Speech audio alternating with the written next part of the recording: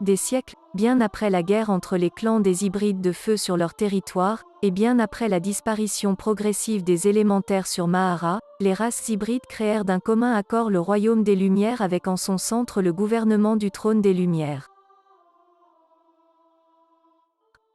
Cela permettrait entre autres d'éviter une guerre à venir entre les hybrides de Mahara.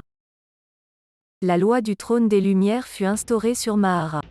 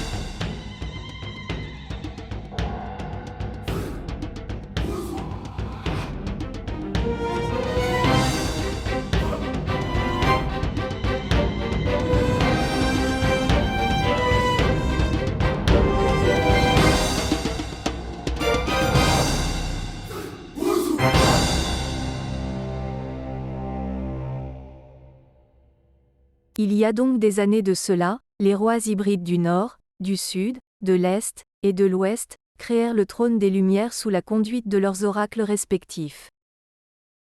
Celui qui montait sur ce trône, devenait le roi des rois de tout Mahara jusqu'à sa mort. Il portait le titre du roi des Lumières, ou celui d'étoile du matin, ou du soir, selon qu'il fasse jour ou nuit.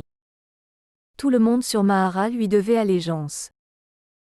Chaque roi hybride régnait sur ces terres comme bon lui semblait, mais dès qu'il s'agissait d'une affaire qui engageait l'équilibre de Mahara, le roi des Lumières avait le dernier mot sur n'importe quelle décision. Sur chaque territoire de Mahara, des hectares de terrain étaient consacrés au royaume de Lumière avec sa propre ambassade. De plus, le roi des Lumières avait sa propre armée dans chaque royaume. On les appelle les luminaires. Au milieu du cursus universitaire, chaque habitant de Mahara pouvait, soit choisir de servir le trône des Lumières ou celui de la contrée dont il était issu.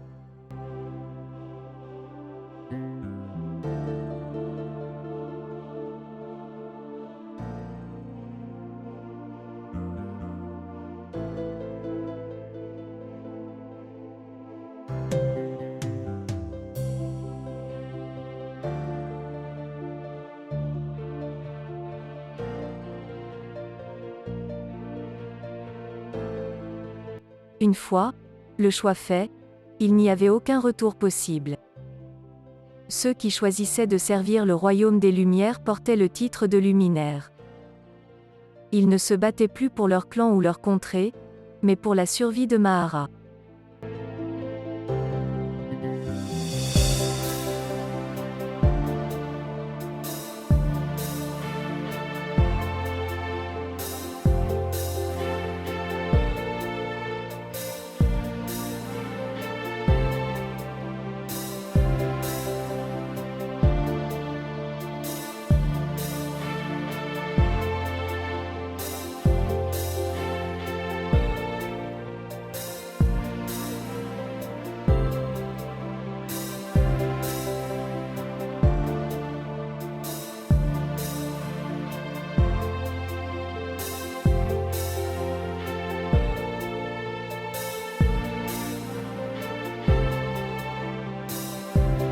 Quelques jours avant l'élection du nouveau roi des Lumières, les rois des 4 royaumes se réunirent pour le conclave où le nouveau roi du trône des Lumières devait être tiré au sort par le rite de la roue des éléments. Par ce rite mystique, celui qui portait le titre d'oracle des oracles parlerait à la roue des éléments. Cette personne porte le titre de Carthage. La couleur qui se manifestera autour de la cuve sacrée, à la fin de ce rite magique, désignera la contrée de laquelle sera issu le prochain roi du trône de lumière. Tout le monde peut prétendre au titre de roi des Lumières à moins de remporter les épreuves de sélection qui sont rattachées à cette fonction. Une fois la contrée du royaume désignée, des épreuves royales sont donc organisées. Ces épreuves touchent plusieurs aspects de la vie auxquels sera confronté le futur souverain et ne sont pas faciles. Beaucoup abandonnent en chemin. Le roi du trône des Lumières actuel approchait de la fin de ses jours. Il s'appelait Ragdeus. C'était aussi le roi des Omis des royaumes du Nord, ou encore le roi des Hybrides de l'eau. Ragdeus était de plus en plus affaibli et avait convoqué le conclave afin d'assurer sa succession. L'oracle allait faire le rite de la roue des éléments et tous les royaumes de Mahara étaient en ébullition. Beaucoup redoutaient que la roue désigne la contrée du sud, celle des hybrides de feu. En effet, la menace de la prophétie d'un règne de feu et du retour de la réincarnation du Fils de la Lumière Rouge planait toujours. Certains essayaient de se convaincre que cette prophétie n'était juste qu'un mythe pour effrayer les enfants, mais beaucoup la prenaient très au sérieux, d'autant plus que la ferveur du culte résurien était à son comble dans les terres du Sud. C'était à se demander si les hybrides de feu étaient plus pour la paix ou simplement pour le triomphe de la lumière rouge sur Mahara. En effet, les Inas toléraient de moins en moins la suprématie commerciale et militaire des Omis sur Mahara.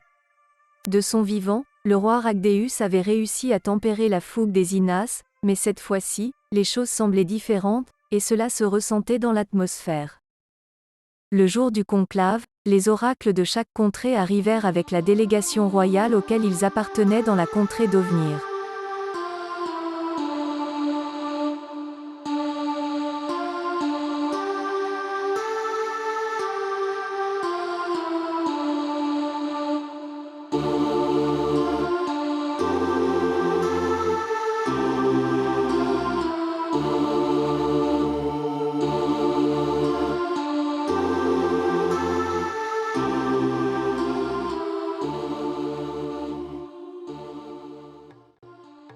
Ovnir était la province du royaume de lumière sur la terre des hybrides de l'eau, et chaque oracle avait amené dans un ustensile sacré les éléments de sa contrée qui allaient être versés dans la cuve des éléments par le Carthage Yolem.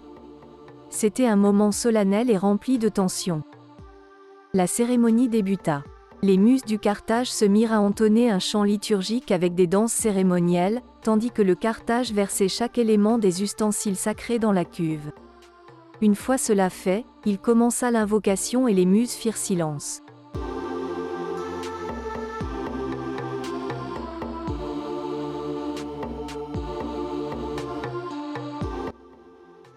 Tous les yeux de l'assemblée fixaient la roue des éléments avec attention. Elle se mit à tournoyer dans un rugissement tandis que les 4 éléments fusionnèrent. Elle tournoyait de plus en plus vite, quand soudain une lueur rouge apparut et illumina toute la pièce.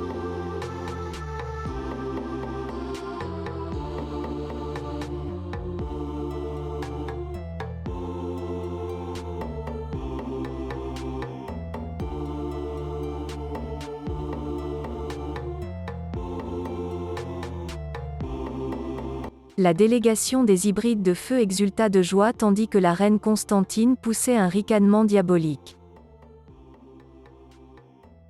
Selon la tradition, les éléments avaient fait leur choix. Le prochain roi du trône des Lumières serait un hybride de feu. Ce choix s'annonçait comme un présage de mauvais augure pour le reste de l'assistance et toutes les autres délégations présentes. On pouvait lire de la colère et de l'inquiétude sur le visage de Ragdeus. Soudain, quelque chose d'inattendu se produisit. La roue se mit à tourner dans le sens inverse. Tout d'abord, lentement, puis sa vélocité s'accrut. Elle se mit à produire des éclairs puis explosa dans un vacarme ahurissant laissant apparaître une marque lumineuse dorée qui s'imprima sur le mur de la pièce comme marquée au burin par une main invisible. Tout le monde reconnut la marque, mais personne ne comprenait ce que cela voulait dire. Toute l'assistance regarda le cartage en attendant une explication. C'était la marque de l'arbre de lumière, le symbole de la race noire originelle. Il y avait des rumeurs. Une ancienne prophétie qui annonçait leur retour sur Mahara. Une prophétie oubliée au fil des âges, car plus personne n'y croyait. Le cartage dit d'un ton solennel. Durant le règne du prochain roi de lumière, il y aura un bouleversement qui ébranlera toutes nos fondations. Un brouhaha s'élevait de plus en plus dans la salle. Le cartage mit fin aussitôt à la cérémonie afin de disperser l'assemblée. Le visage de la reine Constantine était rempli de stupeur et d'interrogation. Les émissaires du trône de lumière allaient répondre la nouvelle aux quatre coins de Mahara, mais le cartage leur défendit de parler de ce qui s'était passé. Ils devaient juste annoncer que le prochain roi du trône des Lumières serait issu du peuple Ina.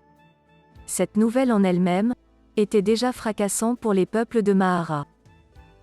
Le cartage et tous les membres du conclave ne voulaient pas provoquer un autre vent de panique même s'ils savaient que ce qui s'était passé ne tarderait pas à se savoir. La salle du conclave avait été scellée pour que personne d'autre ne vienne voir la marque d'or sur le mur. Le cartage se précipita dans la bibliothèque secrète des oracles, là où était conservée une partie de l'histoire secrète de Mahara ainsi que de vieux grimoires. Il voulait retrouver la prophétie annonçant le retour de la race originelle. Son assistant était avec lui. Il lui demanda de convoquer les Lucioles sans plus tarder. Les Lucioles sont une unité d'élite au sein du Royaume des Lumières, un groupe d'agents secrets qui ne travaillent que pour le trône de lumière. Les Lucioles sont toujours au nombre de 4. Ils sont issus des 4 contrées de Mahara et maîtrisent leur pouvoir de lumière. On les recrute toujours au sein de l'armée de lumière. Généralement, ils sont issus d'une famille noble qui s'est dévouée à l'armée. Ce sont les agents secrets du roi de lumière, mais c'est le cartage qui les choisit. Parmi les 4, il y avait Farah, une Ina de la famille Greyjoy. Aurel, un Omi de la famille Volk. Roni, un Mwamba de la famille Rob. Et enfin, Chrysald, un Umoya de la famille de Lorne. Chacun d'eux avait assisté au conclave. On les conduisit immédiatement dans le bureau du cartage où se tenait le roi Aragdeus, le cartage lui-même, ainsi que son assistant. Les Lucioles rentrèrent tous les 4 dans la salle en faisant le salut militaire et en disant « Longue vie au trône de lumière ». Le roi prit la parole et leur dit « Le trône de lumière a une nouvelle mission à vous confier. C'est une mission de la plus haute importance. Vous devez retrouver cet homme, dit-il en faisant apparaître une image sur l'écran mural. Qui est-ce ? Demanda Aurel. Le fou de Zankaba, répondit Roni d'un ton ferme. Exact. Et c'est grâce à toi, Roni, que nous avons eu cette information. Le roi des Mwamba a tenté d'étouffer cette histoire et a défendu quiconque d'en parler, mais nos services de renseignement sont plutôt efficaces. De quoi s'agit-il ? Qui est cet homme ? Demanda Farah. Le cartage se leva de son bureau et prit la parole en se dirigeant vers l'écran. Zankaba est une petite ville commerçante sur les terres du royaume Mwamba. Et sur la place du marché de Zankaba, il y avait un fou, un homme qui semblait avoir perdu toute sa tête. Explique donc à tes amis, Roni, lui dit le cartage. Roni reprit en disant, cette personne délirait et traînait sur les places du marché de Zankaba. Amateur de drogue dure, parfois, il devenait très violent. Dans ce cas, les forces de l'ordre n'avaient pas d'autre choix que de l'interner. Puis, lorsqu'il retrouvait son calme, il le laissait à nouveau en liberté déambuler sans but dans la ville de Zankaba. Mais un jour, à la grande surprise de tout le monde, l'homme fut retrouvé serein sur la place du marché. Il semblait avoir retrouvé tous ses esprits. Il était vêtu proprement et se tenait tranquillement sur l'une des places principales du marché. Les gens étaient vraiment surpris et stupéfaits. Ils voulaient savoir ce qui était arrivé au fou de Zankaba. Il semblait sain d'esprit, mais les propos qu'il tint par la suite laissèrent tout le monde perplexe et sans voix. Je suis guéri. C'est l'œuvre d'un originel. Il m'a rendu ma santé mentale, lorsqu'il m'a touché le front de sa main. Regardez, je ne suis pas fou, je suis sain d'esprit et en bonne santé, disait-il. Ce que tu dis est grotesque. Les originels ont disparu de Mahara, il y a des millions d'années, cria l'un des passants. Non. Il était bien réel, je l'ai vu comme je vous vois. Les originels sont de retour, ils sont peut-être parmi nous. Finalement, tu es encore plus fou que je ne le pensais, s'éleva une autre voix dans la foule du marché. Mais le fou de Zankaba tenait ferme dans ses propos. Il prêchait le retour des originels et cela commençait à agacer les habitants de Zankaba. L'histoire parvint aux oreilles du roi Némos qui ordonna de mettre un terme à ces sornettes ridicules. Il donna l'ordre à ses gardes de l'exécuter. Depuis, le fou de Zankaba a disparu. Du moins, on pense qu'il a quitté sa contrée où sa vie est en danger. Nous voulons que vous retrouviez cet homme et que vous l'ameniez ici, ordonna le roi Ragdeus. Mais avant, je dois vous montrer ceci, ajouta le Carthage Yolem. Sur l'écran mural, il dévoila une très ancienne carte de Mahara. Ceci est une ancienne représentation de Mahara dans les temps jadis. D'où vient cette carte ? Demanda Farah. Plusieurs éminentes personnalités de Mahara appartiennent à une société secrète appelée le Losange de Lumière. Nous sommes les gardiens de l'histoire secrète de Mahara. En tant que Luciole, vous devez comprendre qu'il y a toujours eu deux histoires. L'histoire officielle, qu'on enseigne à l'école, dans les universités, dans les lieux publics, ou les manuels d'histoire. Et puis il y a l'histoire secrète, où sont les véritables causes des événements. Vous êtes en train de nous dire que tout ce que nous savons sur Mahara est faux, qu'une grande majorité de nos diplômes ne servent à rien, s'exclama Chrysalde. Sur cette carte, le territoire des hybrides de feu est au nord. Vous avez modifié les cartes de Mahara. J'ai toujours su que les hybrides de feu sont un très grand peuple, une grande nation, ajouta Farah.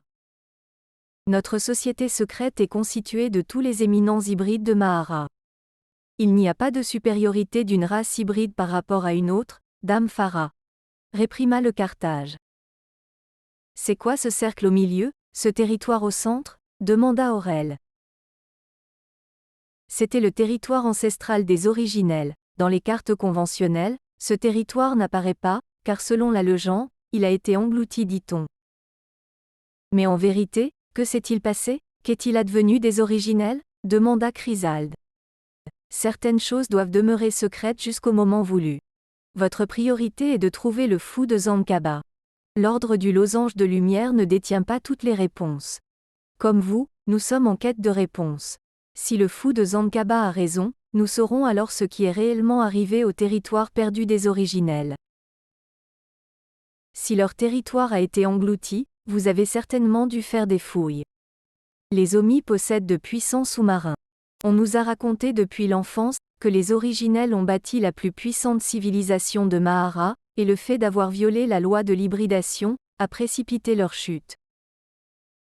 Ceci est vrai, mais comment expliquer que même les vestiges de leur civilisation aient disparu ? Nos sous-marins n'ont rien trouvé, comme s'ils n'ont jamais existé. C'est un mystère que vous pourrez élucider par la même occasion. Dit le Carthage. Malheureusement, nous ne sommes pas la seule société secrète qui s'intéresse au savoir des originels. Notre adversaire dans l'ombre depuis l'aube des temps est la société des Illuminés, plus connue sous le nom des Obscurs. Ils sont reconnaissables à ce symbole maudit que nous connaissons tous. Ils vénèrent une entité de lumière obscure appelée la corruption. C'est la marque du Muimba, s'exclama Aurel. Il existe une vieille prophétie du livre des Obscurs, le livre des Illuminés, selon laquelle, le Muimba reviendra, et avec lui, ses 666 adeptes. Ils porteront la marque du dragon illuminé sur leur front, ce qui leur donnera accès au pouvoir des élémentaires. Et ils régneront avec lui, sur Mahara comme prêtres et prêtresses. Les Illuminés pensent que le Muimba s'incarnera dans un originel. Donc, il est très probable qu'ils recherchent eux aussi le fou de Zankaba. Méfiez-vous de la secte des Obscurs. Ce sont des maîtres de la lumière corrompus pour la plupart. Qu'est-ce que la lumière corrompue ? La corruption, c'est la source du pouvoir du Muimba. Une lumière ténébreuse, répondit le Carthage Yolem. Je pensais que le Muimba avait été enfermé dans le cachot de l'oubli. Selon l'histoire officielle, oui, mais pour les Illuminés, ou les Obscurs, une sorcière de lumière, issu du peuple originel, viendra libérer le Muimba, ou l'aurait peut-être déjà fait. Le Muimba serait affaibli à cause de son long séjour dans le cachot de l'oubli. Il lui faut ses 666 adeptes pour retrouver sa puissance. Si vous croisez les obscurs sur votre chemin, éliminez-les. Ils ne doivent pas atteindre le nombre connu. Vous avez tous vu ce qui s'est passé aujourd'hui au conclave. Le temps nous est compté. Retrouvez-moi ce fou de Zankaba, ordonna le roi Aragdéus d'un ton autoritaire en mettant fin à la discussion. Au fait, il y a un autre détail que je ne vous ai pas dit, ajouta le Carthage. D'après le fou de Zankaba, l'originel monte un dragon d'or. Ce serait un dragonnier, mais c'est totalement absurde. Comment un dragon pourrait passer inaperçu sur Mahara? Des millions de gens l'auraient vu. Peut-être est-il vraiment fou, en fin de compte, dit le Carthage d'un ton pensif. Non, bien au contraire, c'est un détail très intéressant, reprit Chrysalde. Que voulez-vous dire? Demanda le Carthage. On sait très peu de choses sur les dragons d'or, mis à part les aînés qui viennent de ma contrée. Les dragons d'or sont une espèce très rare. Personne ne les a jamais vus. D'après ce que l'on dit, ils se sont tous éteints après le Second Âge, à la fin de l'ère des originels. En gros, ils ont disparu de Mahara en même temps qu'eux. Et en quoi ce détail est important? Demanda Aragdéus. Il y a dans ma famille, un érudit qui étudie les dragons disparus de Mahara. Ses ancêtres élémentaires étaient dragonniers aussi. Un jour, il me parla du mystérieux pouvoir des dragons d'or. Selon la rumeur, leurs puissantes écailles magiques ont la capacité de courber la lumière. En d'autres termes, ils ont le pouvoir de se rendre invisibles, s'exclama Farah. Et ce n'est pas tout. D'après ce qu'il me racontait, non seulement les dragons aux écailles d'or peuvent se rendre invisibles, mais ils ont aussi le pouvoir de rendre invisibles tous ceux qu'ils touchent, ou qui rentrent en leur contact. Voilà donc son secret. Voilà pourquoi personne n'a jamais croisé cet originel. Il chevauche une créature au pouvoir d'invisibilité, et peut voyager de façon inaperçue à travers tous les royaumes, s'exclama Aurel. Peut-être même qu'ils sont plusieurs, mais comment ont-ils fait pour se cacher durant des siècles? Pourquoi brise-t-il le silence aujourd'hui? Que cherche-t-il? Demanda Farah. Une prophétie annonçait leur retour. Ils le savent certainement. Ce qui s'est passé au conclave n'est pas anodin. Retrouvez le fou de Zankaba sans plus attendre, ordonna à nouveau le roi. Et que fait-on si on retrouve l'originel avant, ou plutôt si c'est lui qui nous retrouve? Demanda Roni. Forcez-le à coopérer et à vous suivre. Dites-lui que nous avons des questions à lui poser. Soyez persuasif et convaincant. Si les originels ont masqué leur présence jusqu'ici, c'est bien pour une raison. Ils sont loin d'être naïfs, et connaissent beaucoup de choses que vous ignorez. En attendant, je vais essayer de retrouver la prophétie oubliée, dit le Carthage.